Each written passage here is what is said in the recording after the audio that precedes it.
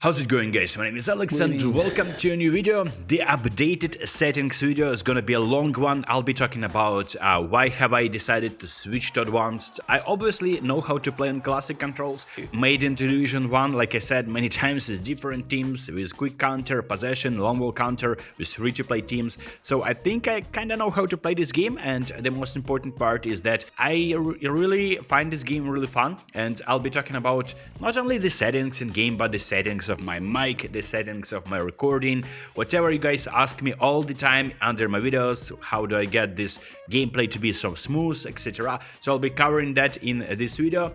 So this is also a special video because I received this Ampligame FIFINE microphone. So thank you so much, guys from FIFINE decided to upgrade my setup, and realistically it needed an upgrade. If you remember that I was using that really weird dead cat on top of my microphone because it was very old, outdated, the sounds were muffled. Are better than usually, but it's still there is a chance that you're gonna be getting a 3-star player like usually, and I was really dissatisfied with the sound quality, and now with this one it's much better, and besides it has so many functions. So this exact model is FIFINE A8. So this is a unique microphone. You are getting not only the stand that you can use, which I'm not using, I don't really like it, I want more real estate on my table, but you can place it on the table. So this is truly a nice upgrade.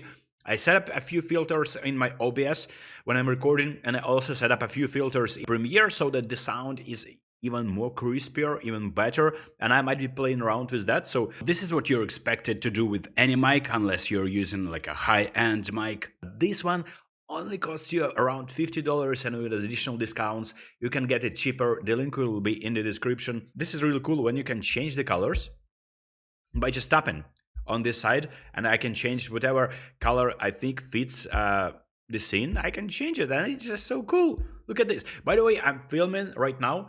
Everything is being filmed with the webcam of my laptop using OBS Studio in order to record everything from the screen, and then I have my tablet connected. Speaking of the mic, you can change the colors, or if you don't like the colors, if you're not big of a fan of the colors, you can just hold the finger over here. If I want to mute it,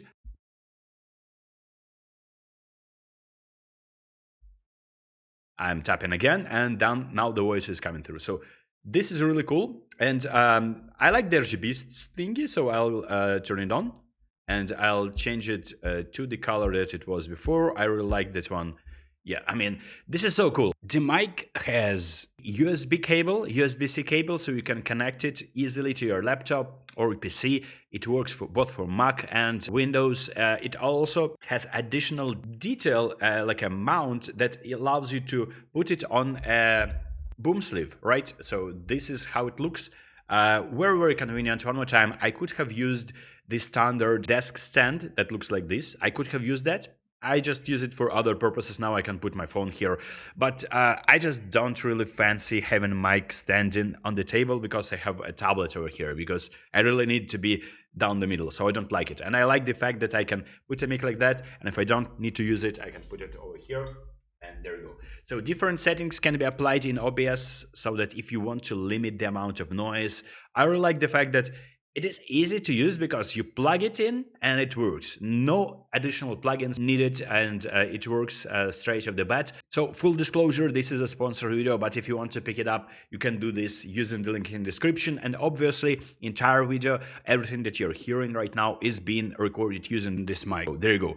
Also, speaking of other settings, so the camera can be set during the game, so nothing you can do in the menus. So you go to free training, and over here, as you see the camera, dynamic wide is the camera I'm using now, and this is the biggest difference compared to my previous video where I was recommending you, not recommending per se, I was saying that I'm using dual, and I was using dual manually for like cinematic purposes because of how it zooms in and zooms out randomly, but sometimes it's adding additional presence effect, and it kind of looks cool. Now I realized that if you want to win games and do it consistently, you need to see more of the pitch.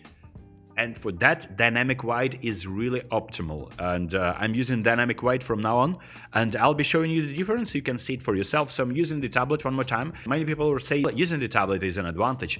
I will say that it is not necessarily an advantage. I will say that this is, I think, it's a downside because you are limited. you're not getting 16:9 ratio, and thus you don't see players who are further up the pitch, and you can't really play vertical passes with 100% certainty that there is a player over there. Sometimes you just like play blind passes. No additional camera movement. It's good. It's really convenient because I see the further player over here, and whenever I'm starting to move, camera is moving with me. Nothing really special. I would say these first three, I wouldn't be recommending using that. Unless you really want like a close-up of a player for a certain purpose. This is unplayable at all. Like mid-range unplayable because you don't see any players you can pass to, like unless it's like a very, very short pass. Same goes for long, and wide is still playable, it's good, but I don't think that the camera movement is kind of like not really there. Live broadcast, very, very bad camera for dribbling. Now, if you want passing game to be improved, now this is good. Yeah, it's really weird. If you are playing this for the first time, I mean, it might be nice. I just don't like it. You know what? It's just like way too cinematic for my liking, and it's not really good for competitive gameplay. Stadium, this one is the one that I was thinking. Yeah, Stadium's pretty much the same.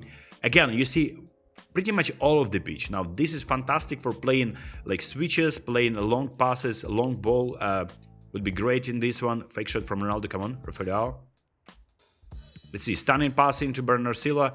You see, this is for this type of passes, this is a fantastic formation. You see all the players on the pitch, and if I wanted to switch now with Palhinha, I can do that, and there's a free player. So this is a good camera, but I will not be using that. What the camera that I was using before was Dual, and now this is interesting.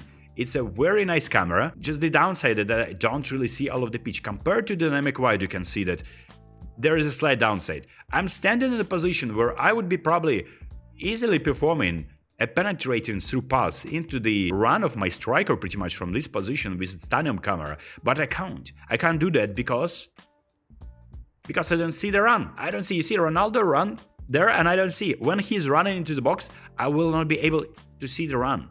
I will not be able to perform the precise pass. So that's why you're limited to play short passes more than anything. Unless you're like closing in, you're getting closer to the box, and then you only can perform a short pass. So in this regard, when you're playing, of course, this type of matches, which are like whatever, you don't really care about the result, it's a training. But when you're playing an online game and you really care about the result, and like one of these situations don't go your way, you're getting hit on a counter, you can lose the game because of the camera. And it, as simple as it sounds, picking the camera is very, very important. Let's quit the training. So finally, when we're talking about the camera, now we have talked about the mic. Mic is actually very nice. I mean, let me know in the comments, by the way. Did the sound improve compared to previous videos that you've seen on this channel? I think it improved. Because if it didn't, please say that it improved. Please say that it improved. Okay, so you go to extras. Let's talk about other settings which are important, and the game settings, I'll show you that. Obviously, I made a few videos about that. Graphics, you saw professional Japanese players using the lowest graphics or standard graphics. There is no fans on the stadiums, so there is less resources needed to, I don't know, activate different scripts, activate different animations, and the gameplay overall probably feels a little bit more smooth. I don't have any problem with that, but if these people are doing that and they have state-of-the-art, cutting-edge, latest, groundbreaking devices, iPad 15s or whatnot, and they can afford it and they're using that, and if they are still playing on standard or like lower graphic standard settings of graphics, I mean, probably there is a reason for that, right? Saving the 60 frames per second, I think it's still important. And then the play settings for touch and flick. Touch and flick is the controls that I'm using, advanced controls, where I'm swiping the fingers on the right side for shooting, for dribbling, for passing. All the techniques other than moving the ball around are used by swiping motions, and then move. The joystick is not fixed pretty much, right? So you can press anywhere on the left side, and whenever you're pressing, it'll activate the joystick. So it is a big advantage compared to standard or like fixed or whatnot, because you are forced to hit on the joystick first and then make a move. And sometimes once per game or twice per game, you just like realize that you didn't hit the center of the joystick and it didn't activate, and then you thought that you swiped, then you thought that you controlled the player, and it didn't in reality, and it was all in vain. You need to actually hit it again and then make a swipe motion. So for that move is good, especially when you have a lot of real estate like I have on my tablet. Then cursor change would be manual, and that is recommended for people who are really serious about their game. You don't want to rely on Konami to decide for you which defender is gonna be switched when you are trying to cover the zones. And I'm using that myself, and I don't need to rely and wait for Konami to switch to a player I want to control right now and I want to defend right now. Movement input range, again, it depends on, you need to try all, and I like wide because it allows me to dribble a little bit easier. But like I said, people who have been dribbling and who I look up to are using narrow, so there we go, I'm using different controls here. So double tap and flick, and I like it because you are switching to a player, depends on the direction of the flick. And then if you are switching to classic, you're getting a different set of controls over here, pressure, style, or standard. This is where you are either using like a matchup as a defensive technique, very important. I made a separate video on how to defend, you make sure to check it out. This is where you either get a dedicated button for matchup, or you are using pressure and you just need to swipe right or swipe left for matchup. So depending on the way it is more convenient for you to defend, you choose either. I haven't used classic in ages, so I can totally recommend. Button configuration, I mean, that's what I was talking about. If you really want to, you can change the, you see, you can change the what these buttons are responsible for, and you can change the positioning. This is so cool. This is what made me switch to advanced. The inability to change the positioning of the buttons made me switch to advanced. Literally a few months after I did switch to advanced, they decided to introduce this function. It's massively fraudulent decision by Konami. I probably would be staying on classic controls if they allowed me to introduce, like if you see PUBG Mobile, like I want to be able to switch the buttons around, and this game is not allowing me to do this. Everything else is on for me: cursor, type, player name, next player indicator, attack, defense level, display radar, radar home, away, stamina gauge, and etc. Very, very nice. And there you go, this has been the review of the mic as well, so new microphone. I hope it will be, the sound might be improved. As is, this microphone is amazing. The problem is that my room is extremely echoey, so whenever I'm talking to you, this is supposed to be, like, imagine if I'm talking in a church, right? It should be like a lot of echo, reverb, unnecessary noise picking up. This mic is allowing you to reduce that noise, and also additional filters allowing you to reduce it even further so that it sounds pretty professional, I would say. But you tell me, guys. I hope you enjoyed this short video. Make sure to pick up a mic if you need one, and I'll see you next one. Peace.